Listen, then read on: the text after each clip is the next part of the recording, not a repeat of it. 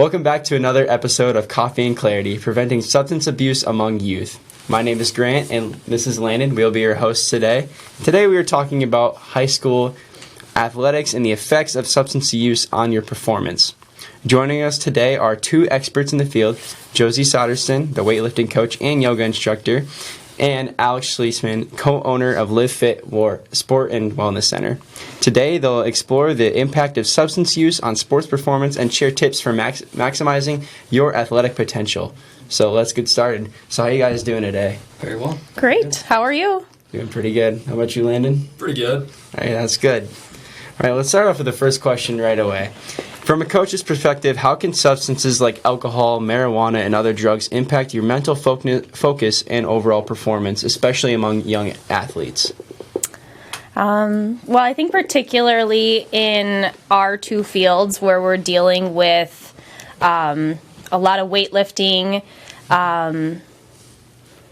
there's a lot to it. So there's a lot of technique and coordination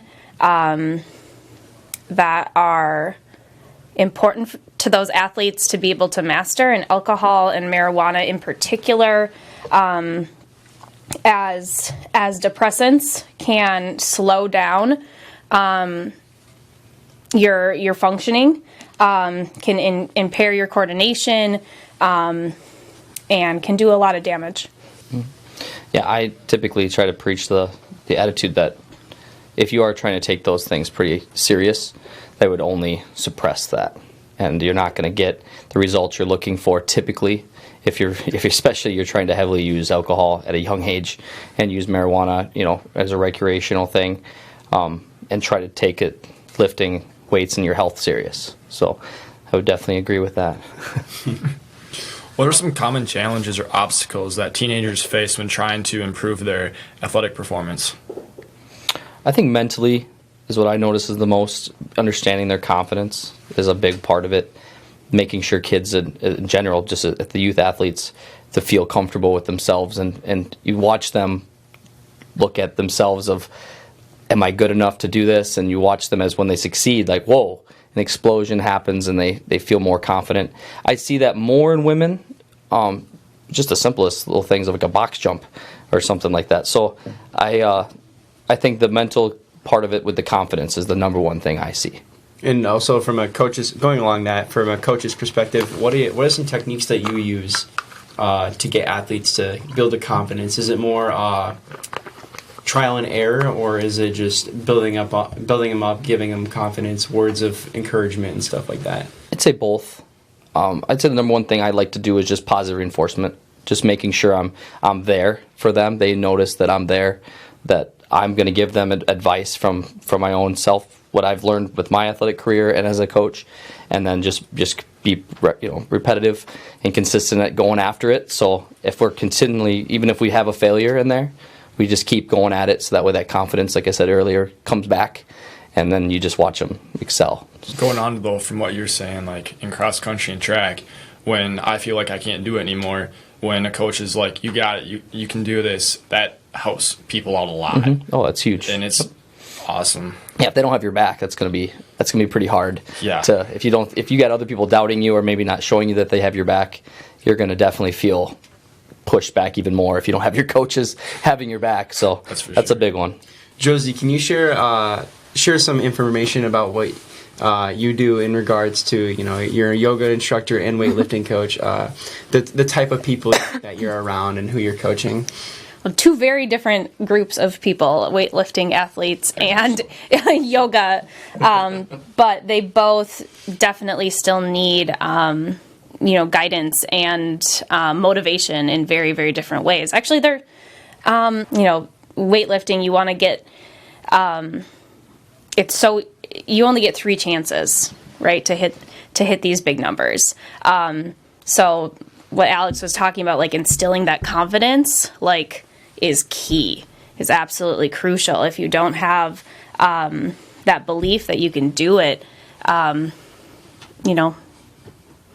you won't, right? You have to get that belief, and you get that belief you can get it from coaches, but you really get it from yourself and from that, that reinforcement of, I can do this, and consistent practice. And pre-workout.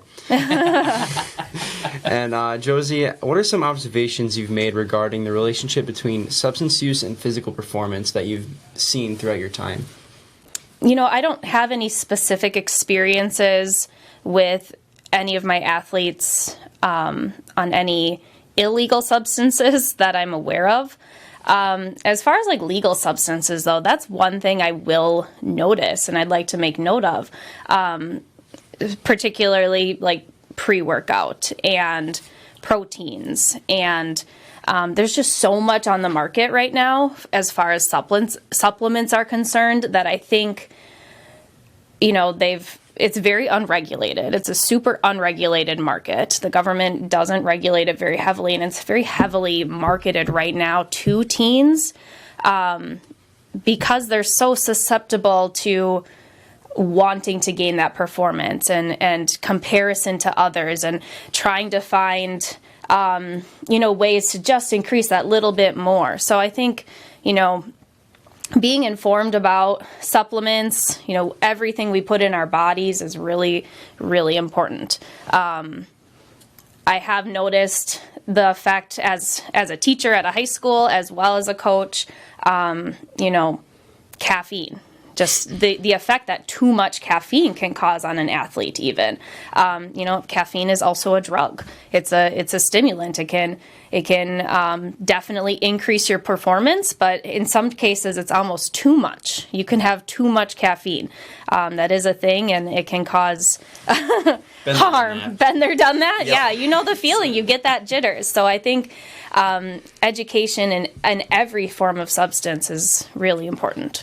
Alex, in what ways have you seen substance use affect performance of your athletes in Parisi and weightlifting, or training people how to do things? I'd have to go right back to what Josie just said of seeing that I don't really see it affect my kids and athletes that I'm aware of. Like she said, I would have to beanbag off of this, the understanding of it's amazing. I think I take for granted of what my athletes know about supplements, and all of a sudden we'll be talking about something simple as creatine or something, and they'll be like, "Whoa, what should I take for that?" And I'm like, "Oh, you don't know?" And they're like, "Okay, let's start over, and I'll start to continue on with everything." And like you said, I think we take for granted the fact that it's so available with social media and everything that they get a little bit of the information, and then they just run with it. Okay, I know I'm an expert now because I saw such and such talk about this in some podcast, or I saw such and such over in LA. He's a pretty big deal, and he's on this and on that. I'll have to admit we don't understand. Yeah, we don't understand, and it's fine if you did the research and you talked to the right people. But understanding that you might be a 14-year-old, 16-year-old, you're getting better and you're getting more intelligent. That's great. I don't want to diminish your intelligence, but talking to experts that have been around it or maybe get educated in that, or a doctor, and talk about the importance part, because I'll go back to the caffeine thing. I think if kids take a lot of caffeine too with jitters, and you're already jittery, a naturally jittery person, I think it's hard for young athletes to understand that when you're nervous, it's your body preparing. I like to always say preparing for war. Your body's getting ready to perform at a high level, and sometimes kids can get discouraged more because of how nervous they are. And I've always tried to teach, because I had to learn myself that, okay, usually that's when I perform my best. Usually I'm pretty good at when my heart's beating a little faster and going at it. So with the substances, that could hurt you. If you're getting into the Adderall and you're getting into the high caffeine, you're getting into things that you're abusing, it could only hurt. That's going to hurt you a lot. And then you talk about water consumption and how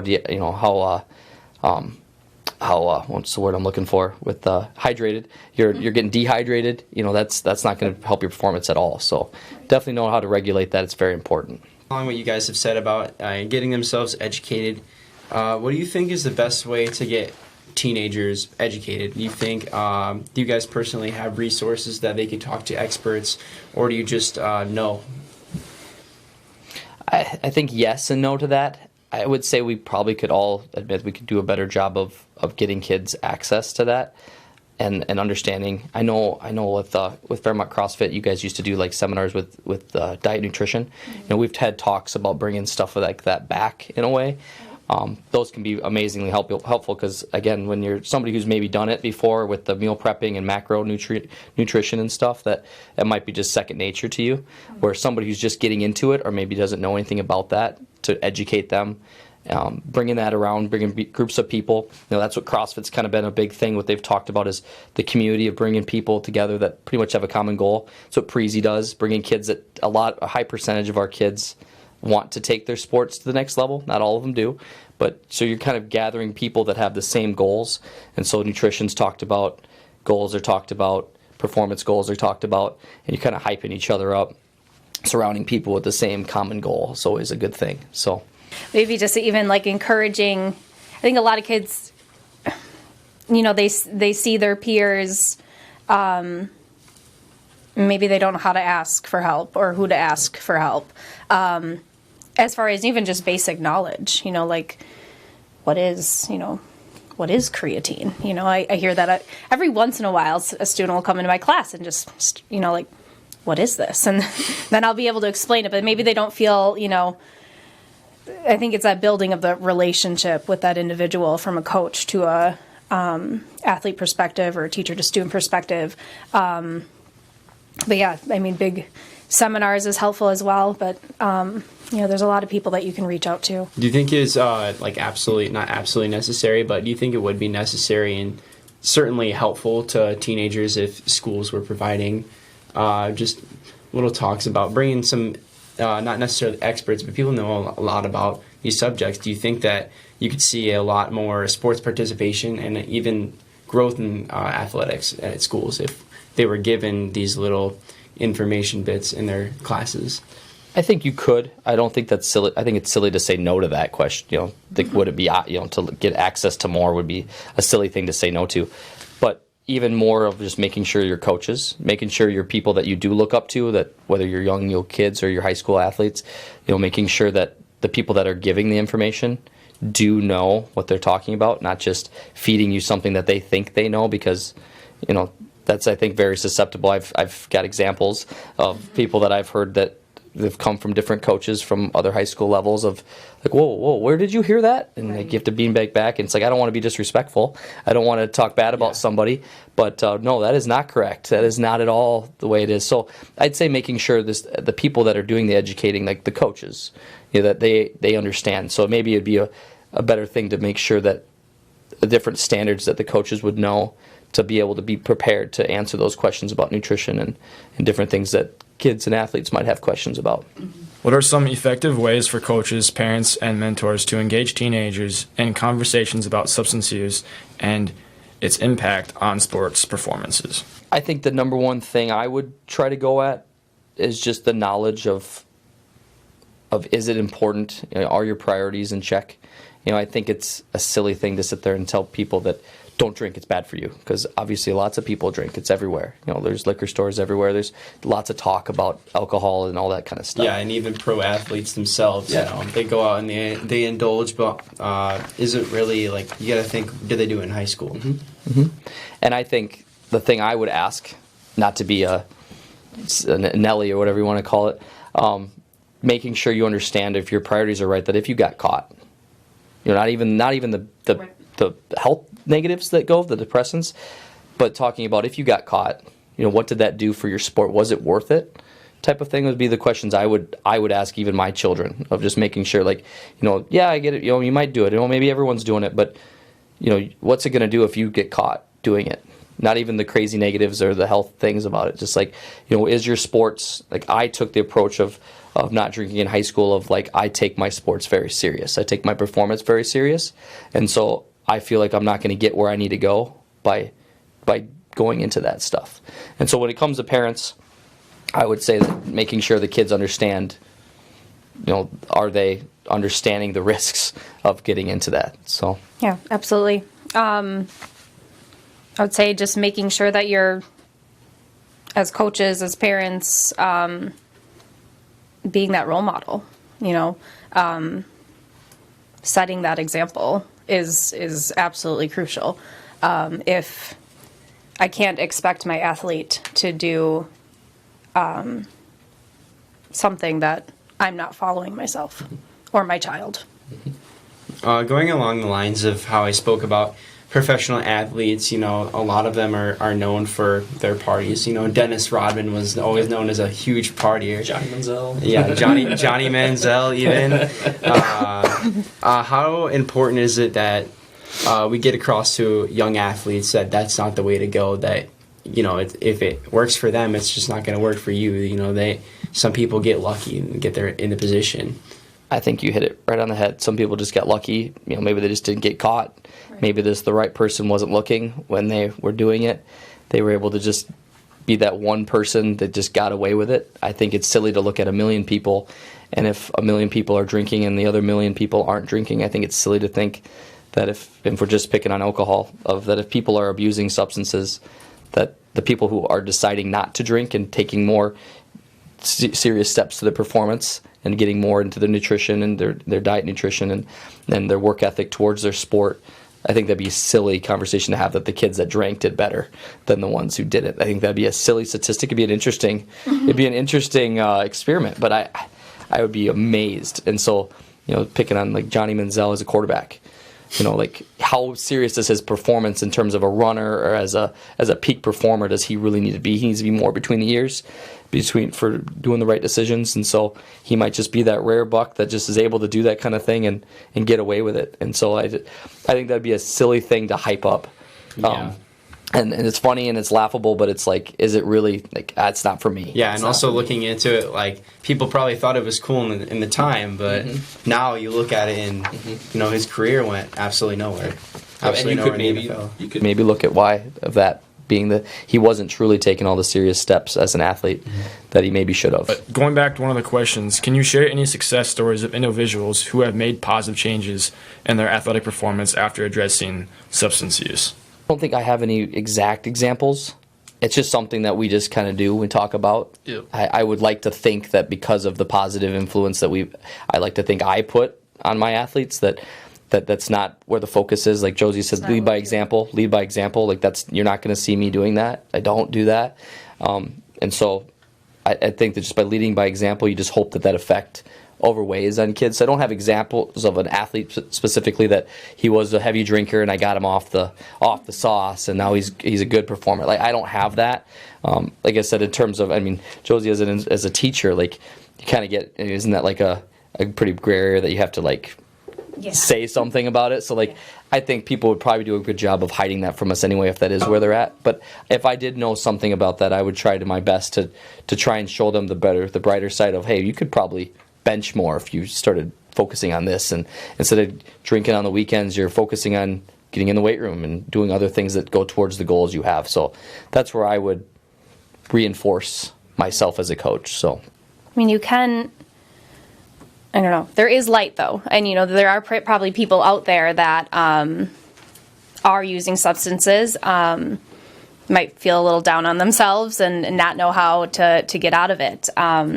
I found one cool story. It was a German weightlifter, Matthias Steiner. So he won the gold medal at the 2008 Olympics.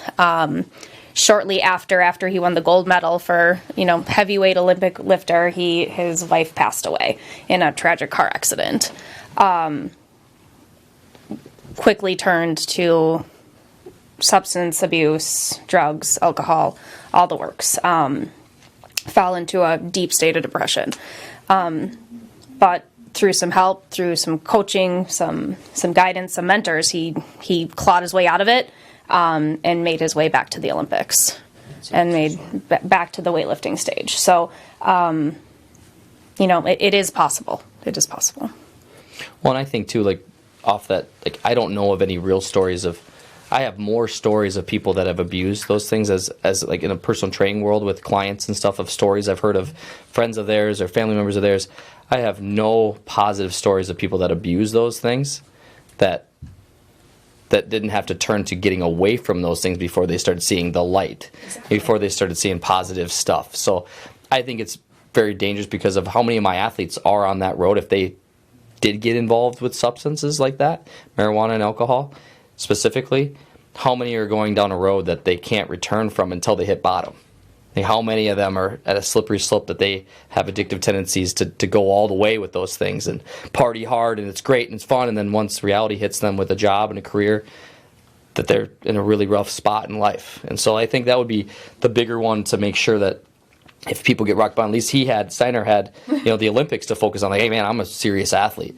For people that are just going to work and they got, just my wife and kids, and I don't just go to my job, I don't really focus on anything, substances could get them in a pretty deep, dark spot quick. Yeah, so, unfortunately for some people, all it takes is getting to rock bottom. And, for some people, that's just, there's no way out of it. Less serious question for you guys. After that, I got a little dark. Here's a positive light. What's your guys' favorite part about your jobs and coaching? seeing that kid with success. It's giving that athlete that confidence, that success. That's literally the bee's knees. That's what keeps you coming back and wanting that kid that came in bright-eyed, looking for help, maybe nervous as heck, maybe super shy, super quiet, and now they're the loudest kid in class because they're just, watch me go. That's pretty cool. That's pretty fun. The athletic growth that I see is just wonderful. Them seeing things that they thought they could never do before. You know, within Otto, you guys know Otto. Yeah. Within a few short months, Otto went from, never knew how to do these movements with a barbell before, but stuck with it, learned incredibly well and tried super hard. And by the end, like the last competition, he got first place and put a weight over his head that he never put over his head before. Yeah, in a clean and jerk. Surprise himself and he did. We did. The nice thing about weightlifting is it's in kilograms, and we operate in pounds in the U.S. So like, as coaches, we just tell what kilos we want loaded on the bar, and so most students are just like, whatever. Like, I don't know what's on the bar, because they're used to working in pounds. So we loaded it up. We're like, it's his last meet, whatever. Throw some weight on there, and we put it over his head. So that's cool to see. The day of when he went to that competition, he texted me and he's like, dude, I don't know how I did that. They put the weight on, and I was like, well, they put it on, I guess we'll try. And then he's like, well, I got it. And then the funny thing too, and then I said back to him, I said to him, I'm like, and you lifted and twisted X's with that much weight on. So to me, that was just kind of funny. Explain that. I don't know that. I don't lift. What's that mean? So usually, like, when you do barbell, you can correct me on this, you usually lift with like a flat shoe or like a weightlifting shoe. Okay. And twisted X's kind of have an arch on the back of them. And they're They're loafers. He was lifting in loafers. Yeah. Okay. And to have that much weight, I was just surprised he could do it with the shoes he was wearing. Like, I was really impressed. Yeah, he did awesome. That's one thing I know is you're supposed to lift in flat-footed shoes. I don't do that 'cause I don't want to show up to the gym in my blazers. Oh, that would be better to lift in than your running shoes. I don't lift in running shoes. Oh, okay, I took the soles out of my old running shoes that I like killed. Like in 2021, I ran them to like the bone, and I think that works. I don't know. All right, here's a question specifically for Alex. You want to ask it for number 12? Alex, what strategies or approaches do you employ to address substance-related challenges within your facility? And again, I don't have specific things. I just think the best one that I would do is lead by example. Like, you just don't see me do that kind of stuff. I'm not going to say I don't drink alcohol. I'm 31 years old. Yep, I've drink alcohol occasionally and usually casually, but you'll just never see me the drunk guy on the street. You're not going to have stories of, yeah, did you hear my coach? My coach was super drunk on the boat the other day. Like, you're just not going to. That's just not who I am. I'm not going to do it for more than one reason. And so I think just leading by example is the best thing. And for, we tried to say family, like that's what I would want to do for my daughter. Making sure I'm setting the example that if I'm out drunk all the time, not that I want to be, but if I was, she's seeing everything, and she's seeing all that. So that's nothing that I want. I don't want anything to do with that, and I want to be a positive role model with my daughter. And so with my facility, just making sure that that's the standard that I set.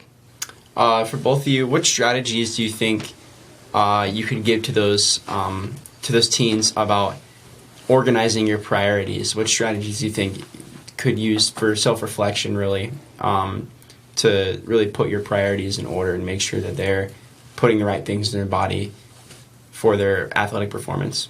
Well, I'd say first off, I think Josie and I would both agree you need to get into weightlifting. And you get into weightlifting, Absolutely. start focusing on the cool stuff right I'm there. a runner. I'll stick to running. There's running in CrossFit. There's running and all that stuff. I lift on Saturdays. That's my... I would start with your values. You know, I always say stick with three things that you value above all else, whether it's your family, you know, your faith, your fitness, right? If those are your three values, then stick with those. And if whatever choice, every decision you're making, if it doesn't align with one of those three values, don't do it. Don't do it. It should fit one of those three core values. And if it doesn't, then let it go. What got you guys into weightlifting? Was it for like the natural high that you guys got out of it, or? Yeah, I mean, you do. You get pretty jacked up when you're lifting weights. Like, it's pretty exciting. Yeah, you do. Like, it's a good feeling, you know, and you know that's kind of part of it. Like, if people are struggling with substance abuse, like explore other avenues to maybe get that feeling, you know, like, because we crave that endorphin rush, that boost of serotonin. But, you know, weightlifting, fitness, yoga, like those are all, you know, great outlets for stress relief, as well as ways to have fun. You know, there's so many ways to have fun, and you just have to be open to explore those. 100%. I started my journey with weightlifting to get ready for sports. You know, football and track were my big sports I did in high school, and I went on to play years of college football. And then I found CrossFit to stay competitive, and I've done other competitions in my life. But like I said, I just finding that with all that weight training I did to get as fast as I could, as strong as I could, you know, now it's like, okay, well, I've gotten pretty good at some of those things. I'm going to continue on to move those weights. So, I mean, I feel like Josie and I have a cheat code with that because we've taken that adrenaline rush, because you know when you hit that number, it's also going to probably adapt you over to the competition level. Or for some people that's not what they're looking for. You know, they may be competing against themselves or a buddy of theirs or a friend of theirs. So I think that's important to find that for them, even if it's running. If it's running, I mean, there's tons of 5Ks and marathons and that crazy stuff that's not my thing. But, you know, The runner's high is the real. runner's high is real. That's why I got into running. Yep. It's like I would say it's important for someone to find that, because that's what I found. You know, Josie said the same thing that she's found, is making sure that you're going after something that gives you a specific high. You know, you don't need it with the substances, you need it with that. And I knew if I was getting high and getting drunk on the weekends or during the weekday, there's no way any of those goals I have for myself would even be possible. So, Josie, so you talked about a little success story with Otto. I don't know much. I go to a different school than Yeah. Fairmont, so I don't know much about your guys' weightlifting team. So that's a part of your school, right? Yeah, new this year in Fairmont. This Yeah. year? First year. Really? How First many year. members do you guys have? We had a whopping 5. Hey. Oh, We all got to start somewhere. yeah. I mean, my Knowledge Bowl team today, we had a little success story. We started off with 3 my first year. We had 21 out for this See? year. There you go. We did okay today. I received the Spirit Award for Best Spirited Knowledge Bowler. So Oh, wonderful. There you go. yeah. So, I mean, not as cool as Otto's, you know, little Just clean and little jerk. clean and jerk, but, you know, we all start somewhere, and it's very exciting that you guys are bringing more opportunities for athletics at your school. I hope that maybe my school can do the same, but we'll see. That would be fun. Lastly, what advice would you give to teenagers who may be struggling with substance use while also pursuing their athletic goals? is your goals more important than your substances that you're using? And then, you know, I would have to say if the substances are the priority, well, then you've got your priorities mixed up. But I would have to think you'd have to do some self-reflection on what your goals would be and how you're going to get there. And I would just think that if you are abusing these things, I mean, casual drinking is one thing, you know, and if you're underage, like I said, the risks of getting caught, of doing that, you know, outweigh. Yeah, and your tolerance to all these substances is way lower, so you may be, you know, only drinking once a week, but still once a week, that's a lot for someone that's not of age. Well, and what's that doing to your confidence? Are you more focused on your buddy, drinking on the weekends and, oh man, how many beers are we going to drink this weekend? Are you more focused on that goal or trying to do well in the Knowledge Bowl? Are you trying to do well in the weightlifting competition? Are you trying to get all your workouts done at the gym? Are you trying to get a new PR running a 5K? Which one's more important to you? So that's kind of what I would say, is just making sure that they have those priorities straight. And I bet we'd be surprised at how many haven't even thought about that. Yeah, I'll tell you, whenever I come to the line getting ready for a race, just like the first thing that comes to my mind is, what have I done? What have I done? Like to prepare yourself. If you're sitting there thinking about the miles upon miles that you put in throughout the weeks, that's going to be more beneficial to, well, I did have that one drink, or I had that party, a few weeks ago, or even, just over the weekend, I had that party where I got absolutely smashed. You're going to be thinking about that no matter what. If you're going for a huge PR, even like, back squat, going for a huge PR and your first thought is something negative, like, I put this nasty substance in my body, you're not going to be able to do that. Well, and we were talking about alcohol and marijuana and Adderall, but like, I know athletes that even watch the amount of soda pop that they drink. Oh, yeah. Watching the sugar, watching the amounts of acidic substances they put in their body, because that's going to diminish. If you're a big pop drinker, or you're a big Celsius drinker, or whatever your choice is, like that's something that athletes are even going. So then you even look at, like, I would have to put a beer above a Dr. Pepper typically, but you got athletes that are taking their level to that extreme. Mm-hmm. They're watching it down to making sure they're getting all their water, and they're taking it super serious. So if you're not a naturally gifted, talented athlete, you're even steps back behind them, because you got this athlete giving it their all and watching everything. Like, you're just setting yourself back that much more. Yeah, I don't drink pop. Yeah. You're one of those kids? That's good. Good for you. I don't drink pop, and I try to drink 100 ounces of water. See, that's what I'm talking about. So all your competitors that are taking it the opposite way, they're just setting themselves back. Good for you. Well, getting back to what you said about pop, my first year joining cross country, the old cross country coach, Bob Bonk, I was a bigger guy. Like, I was probably the biggest guy on the team going out for cross country, but I just fell in love with running, so that's why I went out. And I'm like, what's the easiest way to lose a little bit of weight? He's like, cut all your sugars, do not drink pop. And I went from running, I think my first year, 27 minutes down to a 23-minute 5K my first year. I mean, it was... Well, and you'd be amazed on how many people, too, think that because it's diet, that counts. Yeah. Oh, my gosh. Like, just because it's diet does not mean... It does not mean anything. It is still pop, and it is still bad. It is still battery acid. It is not good just because it's diet. So yeah, I give myself once a day. I do like a little guilty pleasure thing once a day after I've already done everything I had. Once a day, and I'll have this little like oatmeal cream pie. I think you can get away. I think you'll be okay with that one. That's my little guilty pleasure for the day. I think you'll be okay. Yeah.